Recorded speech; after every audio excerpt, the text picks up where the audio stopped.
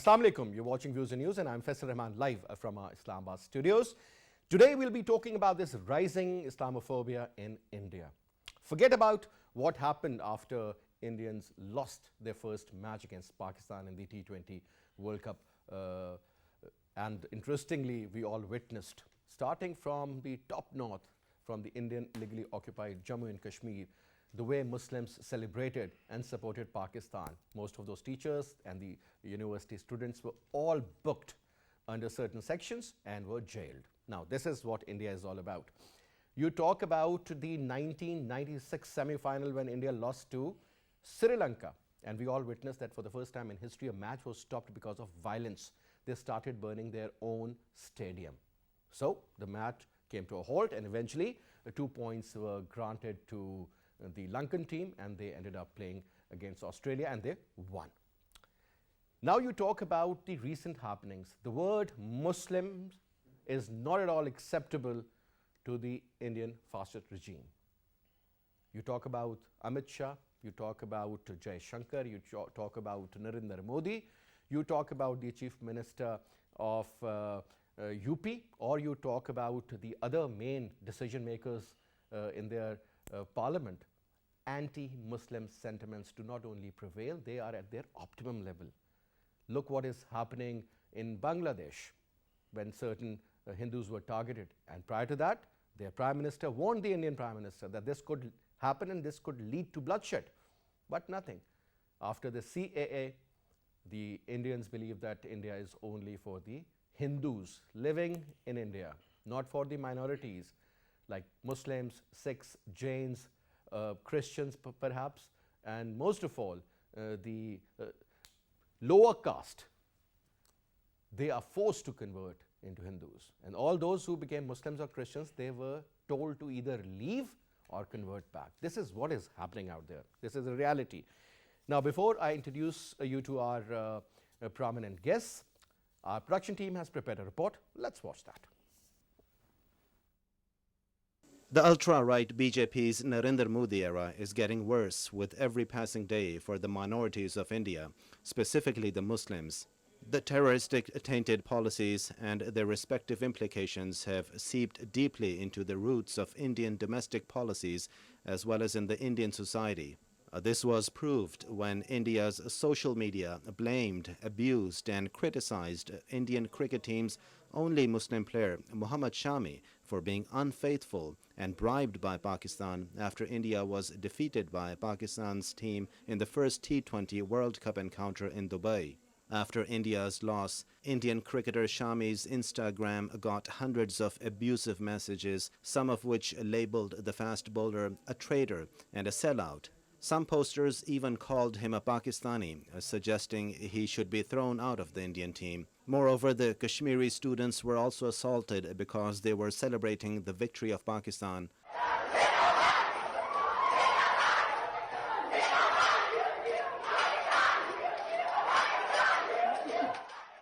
On the other hand, cases were also registered in the Srinagar police station against many Kashmiri students. Despite Indian captain Virat Kohli's acknowledgement of being outplayed by a Pakistani team, Modi's extremist followers kept on maligning their national asset and an excellent bowler, Mohammad Shami, just because he was a Muslim national of secular India. These terroristic policies against the minorities have pushed the self-proclaimed largest democracy to the depths of humiliation, even in the international arena. The increasing fascist action of Modi's government is on one hand burying its claims of being the largest pluralistic democracy, as well as also repeatedly being lectured for being the true democracy by the representatives of its strongest ally, the US, including the US Secretary of State Antony Blinken, and US Vice President Kamala Harris. However, despite these lessons, Modi's India is still hitting new lows in terms of establishing its true secularistic democracy. Now to talk about it, we have with us in our studio, on my right is Lieutenant General retired RAZA Muhammad Khan Saab. He's a senior analyst and a columnist. Thank you so much for your time, General Saab. And we have with us Dr. AQAB Malik, expert on foreign affairs. Thank you so much, AQAB Malik. Such a pleasure to have you in the show. Thank you so much. And we also have with us JAUHAR Saeed Saab. He's our ambassador to Italy. and he's joining us from Rome. Thank you so much, Excellency, for your time as well. It's a pleasure to have you on the show. Let me start off with you, General Saab. Whenever I read these sentences like death of secular India, I used to think maybe it's a propaganda because India is such a secular state and what a great democracy they have, and look at the way they are moving forward, and I think India is on a rise, India is on a move.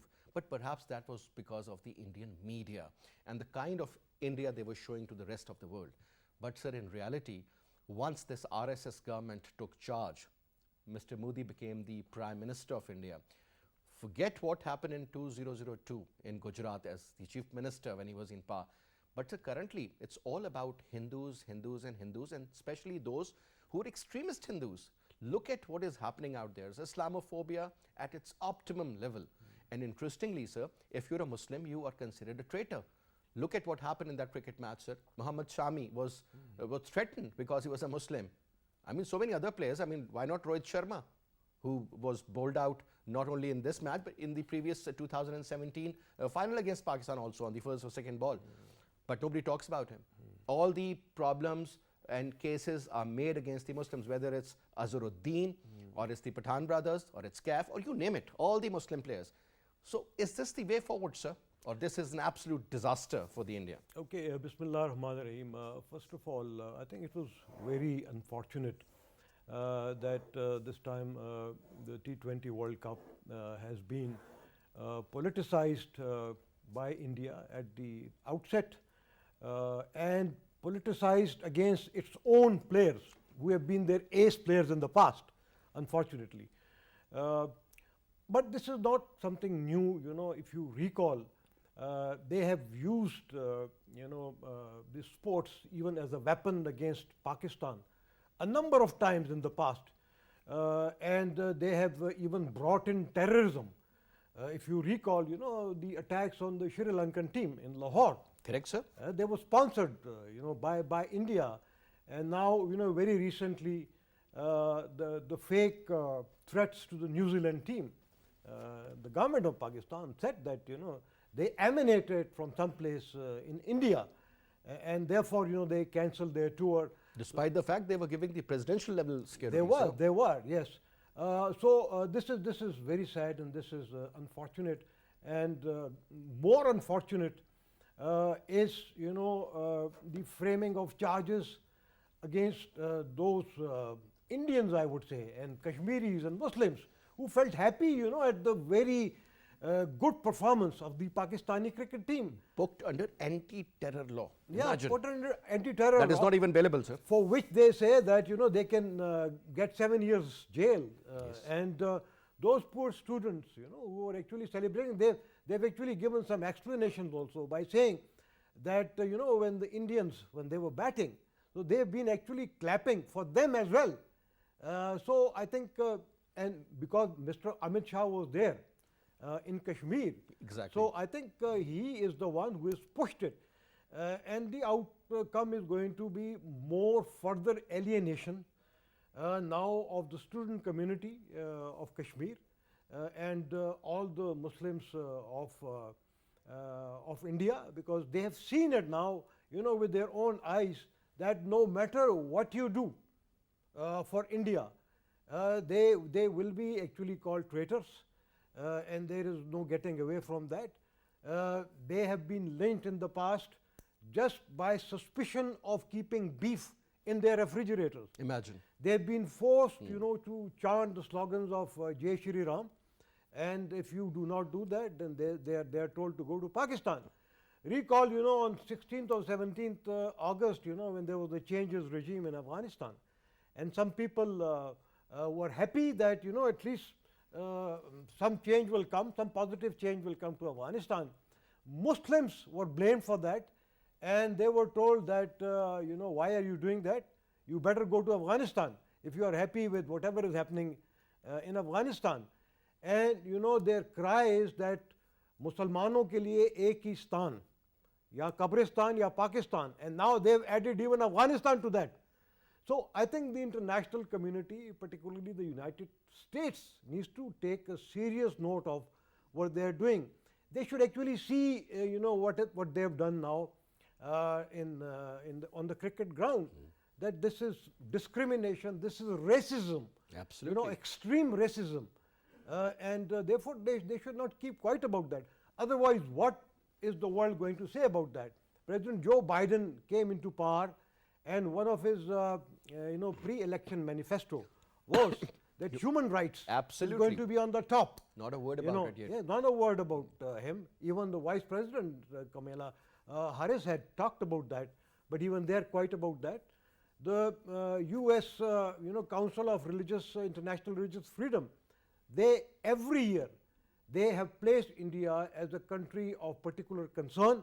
They've been recommending to the State Department to put the Indian politicians and also some of their military leaders, on some kind of sanctions, diplomatic and political sanctions. But the State Department is not listening. They didn't listen to it. They won't even listen, sir. If you remember, Assam, which happens to be the second largest state in terms of Muslim population after Kashmir, sir. And whatever happened there, which we all witnessed, the way that Muslim villager, I would say, was killed, and the way that Hindu photographer was jumping on his chest, on the dead body actually. And there was this huge number of men in uniform, so-called the police. Nobody dared to stop. In fact, they were the killers. So this is what is happening, sir. The lives of the minorities. They don't matter. That is they don't under matter. Tremendous pressure, and it won't matter in the future also. And so let me add quickly to this. Probably the Indian team made gestures on the Black Lives Matter there in the cricket. They should actually now, and world over, the OIC countries. Minority lives matter too. Yeah, Muslim lives matters. In particular, MLF.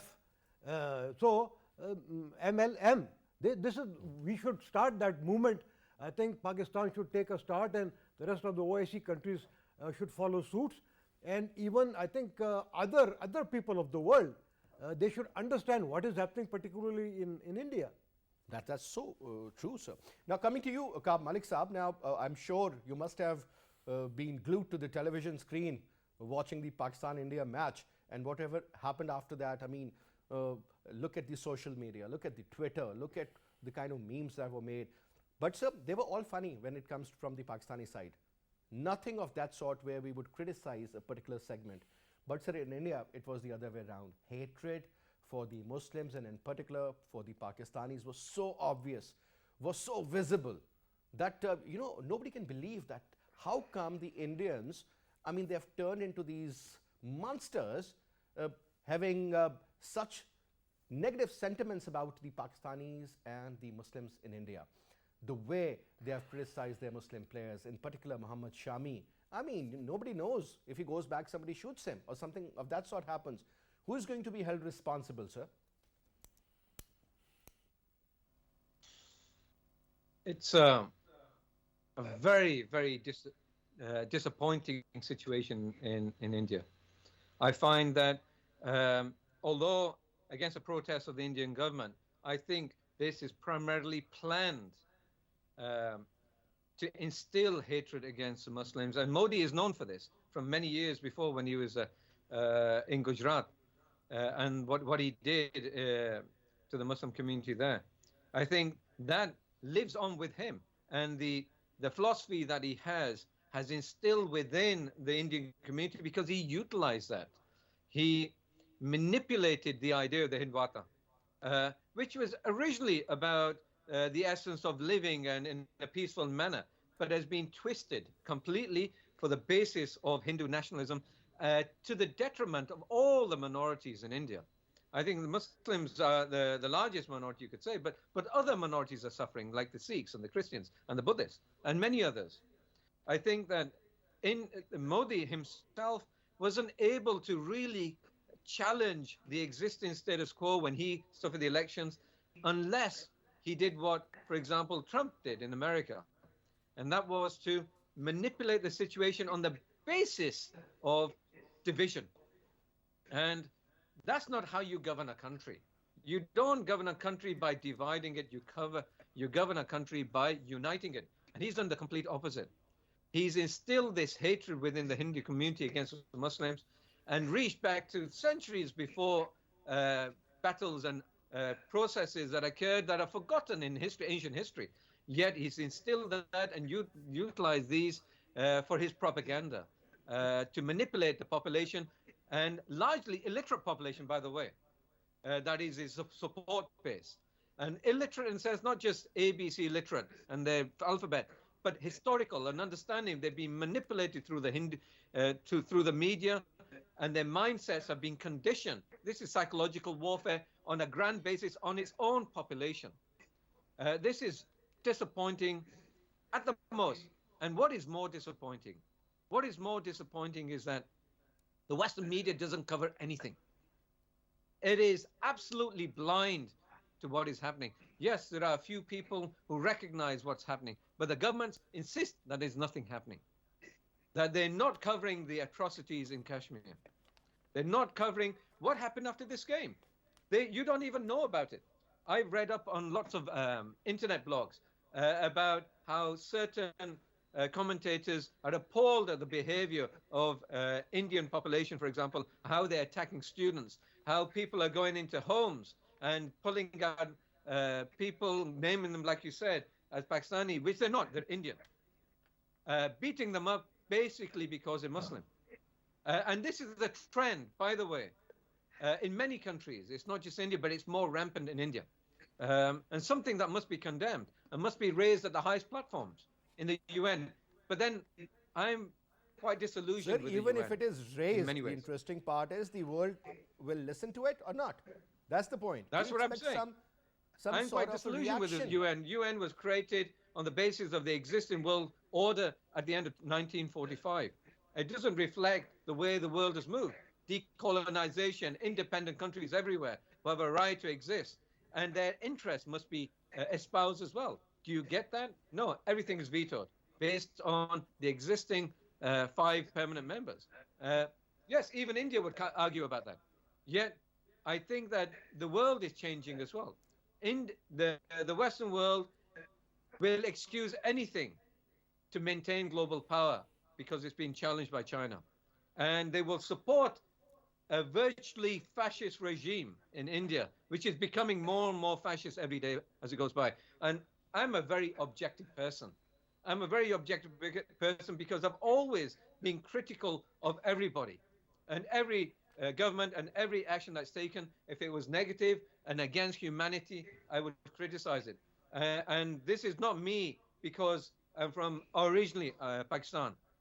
This is me because I see what is happening in India and how democracy has been thoroughly degraded. And I fear totally for understand democracy that. in India completely All for the right. next generation. AQAB, that is exactly what the next question is about, and that is for Ambassador Saab. Now, sir, will the world powers call out India's descent into fascism?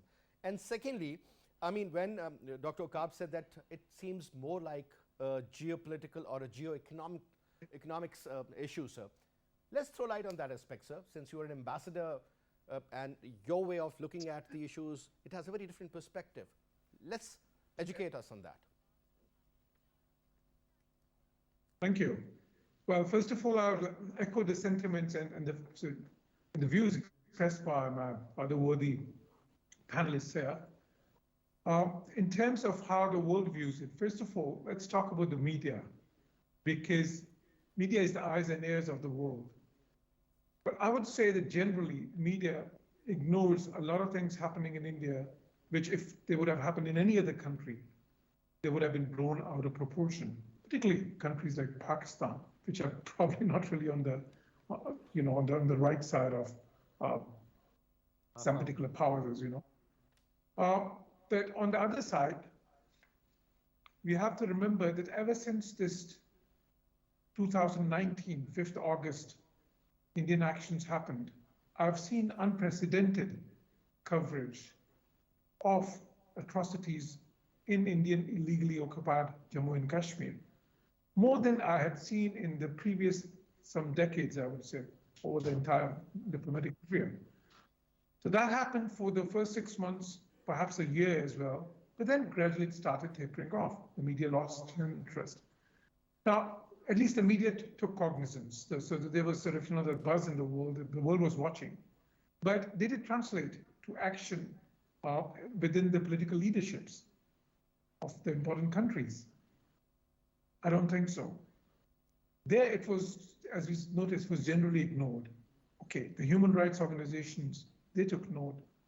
The Democracy Watch organizations, I remember, for instance, last year, 8 of the biggest human rights organizations in the world, including Amnesty and Human Rights Watch, they petitioned to the European Parliament to take cognizance of what was happening in India. Of course, the European parliaments did not to that extent. Now, if we talk about the governments, then we see, I mean, we actually saw that, some sort of a silence in key Western countries. Certain countries, in certain instances, spoke up. Of course, there were some statements, but very guarded, very cautious statements. I recall I was ambassador to Germany, for instance, and Germans have been sort of, there was not a lot of. You can probably stay in the residence with the ambassador.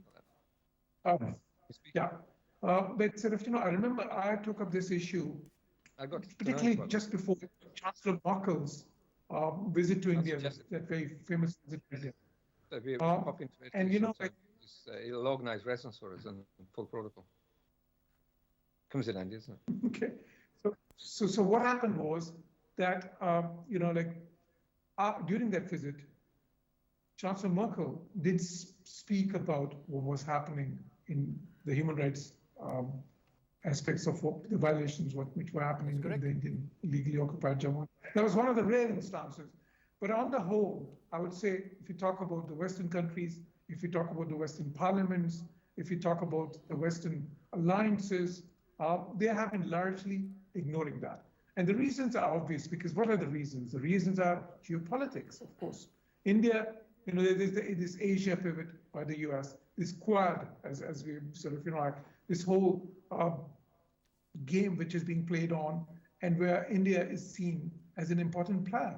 And of course, the other point is the Indian market. It's seen as one of the, it is an emerging economy. Exactly. It is now one of the largest economies in the world as well. Mm-hmm.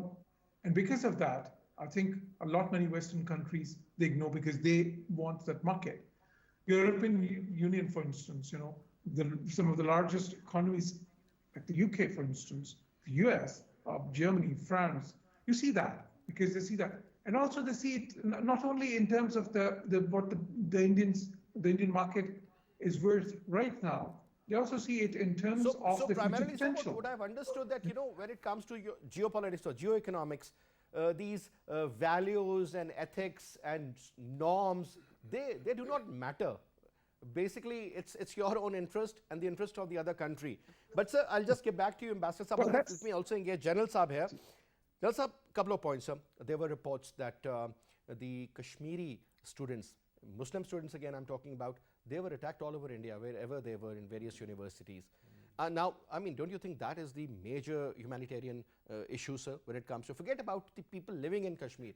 And since we were talking about the presence of Amit Shah in the Indian illegally occupied Jammu and Kashmir, sir, this man was the number 2, even when Narendra Modi was the Chief Minister of Gujarat. And let's not only blame Narendra Modi for the killing of 2,000 plus Muslims in Gujarat.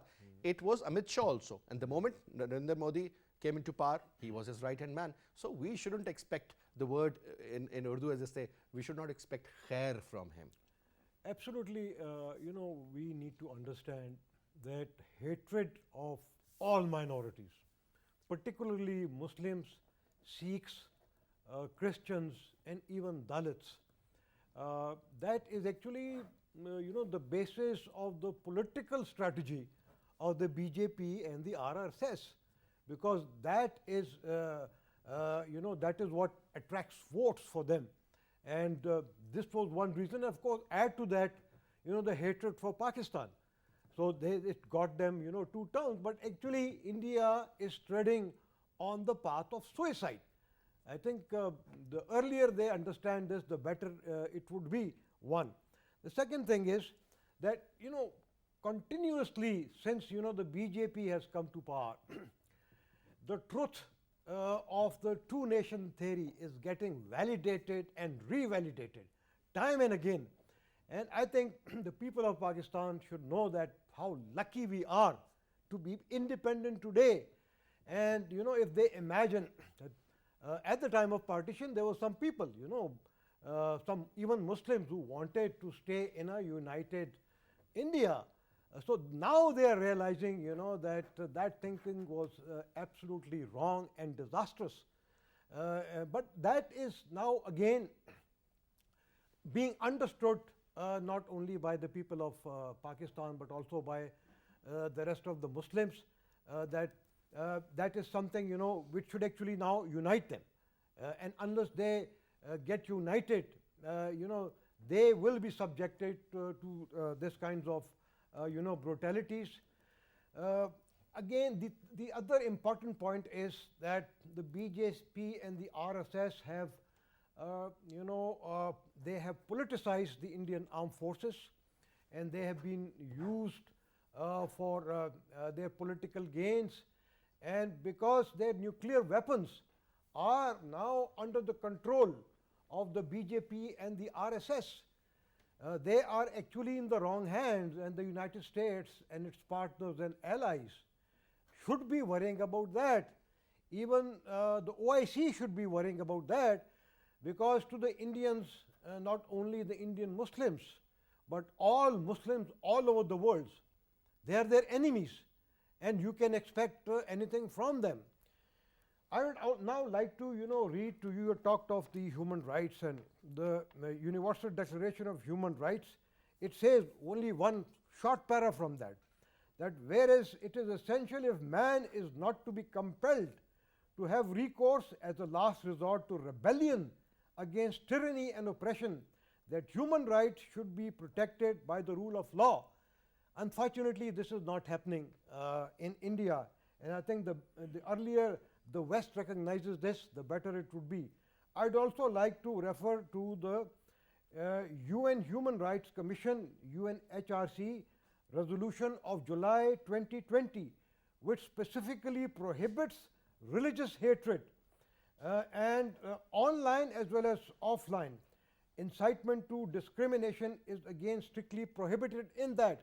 So the Indian government, I think they are now openly violating both these international regulations. And I think not only Pakistan, but OIC and Europe and the rest of the countries to whom human rights are very important, they need to understand that these are being violated. Sir, nothing is being done, General Saab, on merit. Look at the way they have placed Pakistan again in the grey list, along with Turkey and Mali. I mean, my point is, sir, that this ethic, which we call the ethics, moral values, these do not exist now. They used to. There was a time. But now, sir, it's more about the money, about the interest, about geopolitics, about geoeconomics, about geostrategy. Sir, Jalsab, I'll just get back to you on this very important topic. We'll have to take a break here. After the break, we'll return and we'll continue our discussion.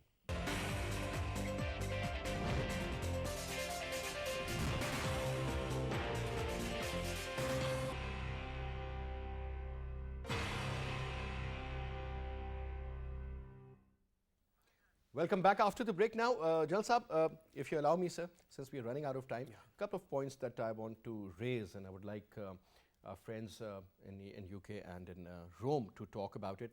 Now, when we talk about this issue of human rights, sir, and that is really important and is something, Dr. AQAB, which should be considered. I think this is the first right of any human to have that kind of life where he is not threatened.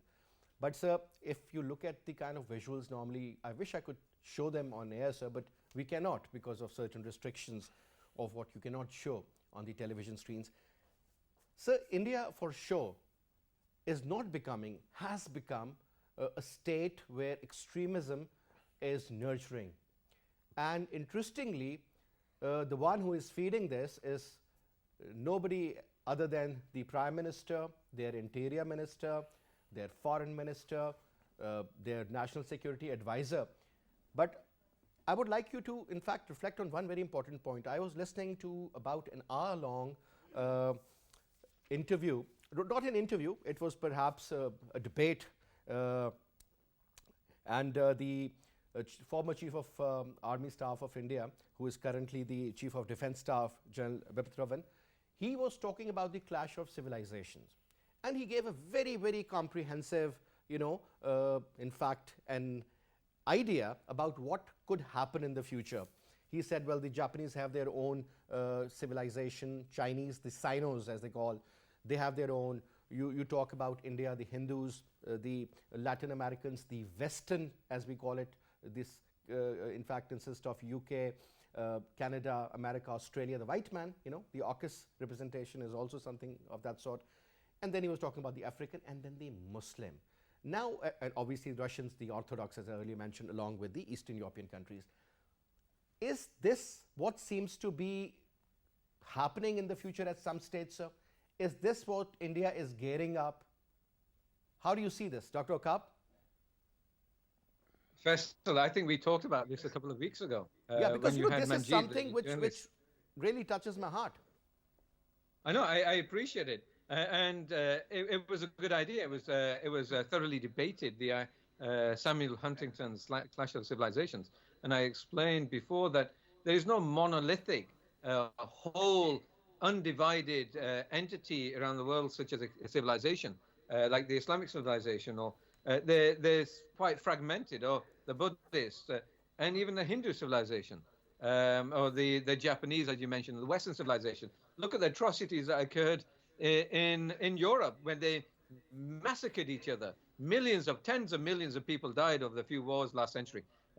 That doesn't indicate they're a united civilization per se, and that they would be united in future. Although, yes, we can understand the Crusades, where the Christians were invading Muslim lands and leaving havoc everywhere.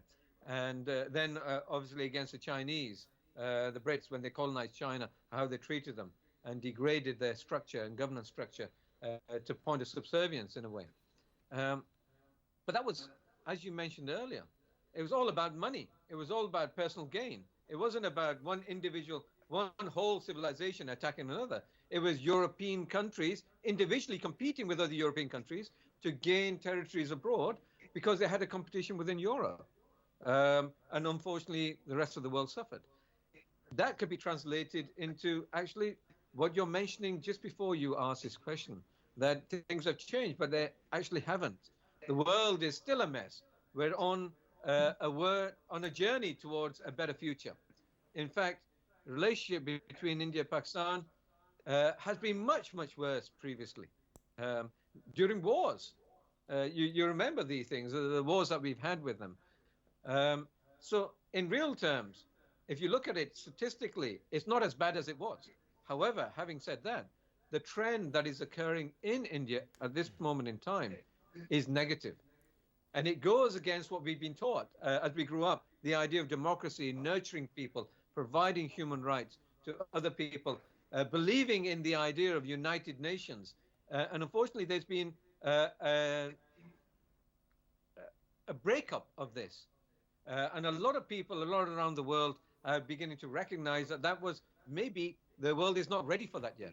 Because remember, it was United Nations were created when Dr. AQAB, the world will get ready, just like the world got ready for 9/11. There were two buildings which came under attack, around 3,000 people died, and the American president was ready there and then, which country to attack, whom to target, and what to do. Not for a year, 2 years, for 20 years. This is exactly what has happened. But sir, I'll just come to you, Ambassador Saab. Since India has been trying its level best to explore all the fault lines in Pakistan, whether it's about Shia Sunni or Hazaras or Balochistan or Sindh, Mahajar, whatever you may name it, and especially after 9/11 and being having a lot of presence inside Afghanistan, they did whatever they could have done. Now, sir, when it comes to the fault lines inside India, you talk about the ethnic divisions, you talk about religious disagreements, you talk about the minorities out there, or perhaps the division between the have and have-nots. That's again another problem. Do you think, sir, this was the reason CAA was introduced and forcefully implemented? Muslims were sidelined. Is this what the regime is thinking, sir, to make it a clean India only for the Hindus, by the Hindus, for the Hindus? Well, that is the Hindutva ideology, as we know, and that is the ideology being propagated by the ruling party in India, unfortunately. And we see that exclusion of Muslims, the suppression of minorities, the suppression of rights, the CAA, for instance, you mentioned, even, and it's not just Muslims, for Sikhs, when they were protesting, the Sikh farmers were protesting, they were charged with this Khalistan campaign. When the Christians protest, they forced conversions against them. Some of them were burned to death. Other communities as well. Unfortunately, this ideology, and it has worked for BJP. We have to remember that this party basically prospered on this plank of anti-Muslim. This whole Babri mosque episode, and subsequently, of course, they came up with more and more issues, and the party started gaining momentum. So, because they see it as a formula which has worked and which they think would keep on working. Now, unfortunately, India is a country with a huge weight, and because of that, it can get away with some of the things which, if some other countries would have done, would not have been possible. This magnitude of human rights violations in some other country would have created an international uproar, but in India it doesn't, because of its huge weight, its markets, its sort of its place in the international chessboard, so in the international power equation. Because of that, but I still think it's a very destructive policy, because see, South Asia houses 24% of the world population, and South Asia could be the engine of growth for the whole world economy. It has so much potential, and India being the largest country there, it could have been something sort of what the US is in North America, or what Brazil is in South America, a country which is not hostile to its neighbor, a country which does not try to undermine its neighbor, a country which does not try to undermine its own people, the minorities. But unfortunately, that's not what we see in India. Behind this so-called shining India, this incredible India, beneath that, what we see is a very narrow-minded, a very sort of, like fascist-minded regime, unfortunately. But that is the truth. And that is not what we say in Pakistan, but that is what a lot of people say, are saying everywhere. And I have to tell you, because this is important, that even in Western countries, within the governments, it's not that they're do ignore publicly, but do you think they're done privately discussing it? They are. All right, sir. There are different schools of thought within the Western governments which are debating that point. But so one thing which we have actually gathered from this conversation is that it is not only dangerous for India, it's dangerous for the entire region. As you just mentioned, that almost 24–25%, that is 1/4 of the global population that is living in South Asia, is under threat because of these policies and the draconian laws they have placed in Kashmir and elsewhere, and could be in Bihar or in all those states where there is a lot of human cry regarding these particular problems. I mean, what about those millions and millions of Muslims? Will they be detained, or they'll be deported? Deported where? To Bangladesh? I mean, there are so many ifs and buts. But Jalal Sahab, last quick comment, sir. Is India in particular, sir, heading for a disaster? Because at the end of the day, sir, 20 crore Muslims, almost a similar number of Sikhs all over the world, and or the other minorities included, sir. We shouldn't consider this as a minority, sir. Khalistan is almost is ready to get separated. Kashmir, look at the east of the chicken neck of India. Look at what is happening in the southern side, sir. Problem is everywhere. I think India is surely slowly moving towards another partition. I have no doubts about this. If the BJP RSS regime continues, then this will move in that direction. And the world needs to be wary of this and recognize Indians' friend needs to actually foresee this, which is not good for them either. Why would they care, sir? Well, they should, because of the same reason that you pointed out, economic reasons. If India disintegrates, they wouldn't like that to happen. But I think there are a lot of expectations from the OIC. Look, 2 billion people, 57 countries, with a combined GDP of more than $25 trillion. And 75% of the world's oil and gas with them. It is their responsibility. They're supposed to be the collective voice as per the OIC Charter of the Muslim world. But they're quiet, unfortunately. I think they need to wake up. Again, sir, the vested interests. Yeah. That is what the name of the game is. It's But more collectively, even if the OIC for some reason cannot do it collectively, I think it is incumbent upon the individual countries to do whatever they can to save the Muslims of the subcontinent. Well, let's see, sir, Yeah. how things move forward. Rajal Sahab, it was a pleasure having you, sir. Thank you so much for your presence. Dr. AQAB Malik, thank you so much for your participation. And Excellency, thank you so much that you also were a part of our show. And that's all we have for this hour. I'll see you, inshallah, again. Till then, you take good care of yourself. Khuda Hafiz.